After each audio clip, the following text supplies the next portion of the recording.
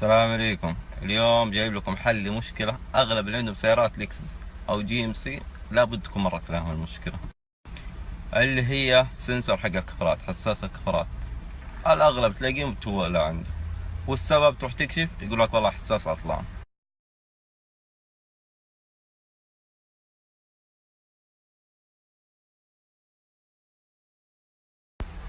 قيمة الحساس مو رخيص، 300 400، وفي بعض السيارات يقول لك طلبية وتشتريه وترجع تبرمج وكمان تدفع عليه 100.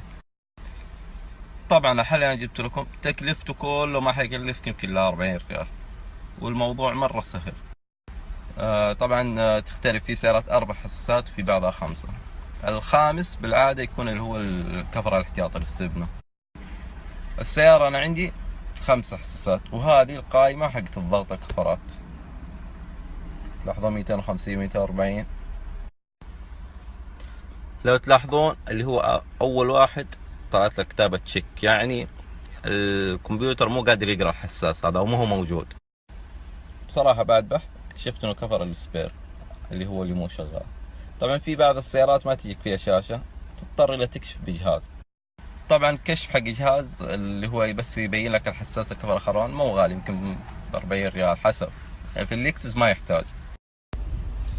هذا هو يجي الحساس هنا راكب في البلف. طبعا انا وديته البنشر وفكيت الكفر، فكيت الحساس من ورا. هذا شكله حساس بعد ما فكيناه. طبعا سهل، بس تروح عند البنشر تخليه يفك لك الكفر مع جنب، ترفع هاي دوران او بمفك ويخرج معك. طبعا بعدها تجي من ورا تحاول تفك القطعة هذه. طبعا انا فكيتها، وهنا تكون معبية كاملة السيليكون. انا فكيت السيليكون، ولو تلاحظون هنا كانت في بطارية اللي هي هذه، هي هذه السبب كانت عطلانة. طبعا كل اللي عليك تغير البطارية هذه، تجيب نفس البطارية تكون راكبة عندك وتركبها هنا. طبعا بعد التركيب انا افضل انك ترده زي اول سيليكون، وترجع تركب الغطاء من جديد، ضروري طبعا. شوفوا بعد ما ركبت البطارية، شوفوا ايش طلع الان. طلع رقم 10 اللي اول كانت تشيك. طالما انه طلع لي رقم راحت كانت تشيك، فمعناته الان الحساس شغال. كل اللي عليك ترجع تركبه في السبنة، تعبي الكفر. بعد ما تعبي الكفر حيرجع يعطيك قراءة نفس اللي تحت. طبعا انا عشان الحساس برا الان لسه ما ركبته. وهذه حل المشكلة. يعني لو تلاحظون البطارية قيمتها 20، والبنشر حياخذ منك 20 ثانية فك وتركيب، يعني كلها 40 ريال أو 50 ريال قول.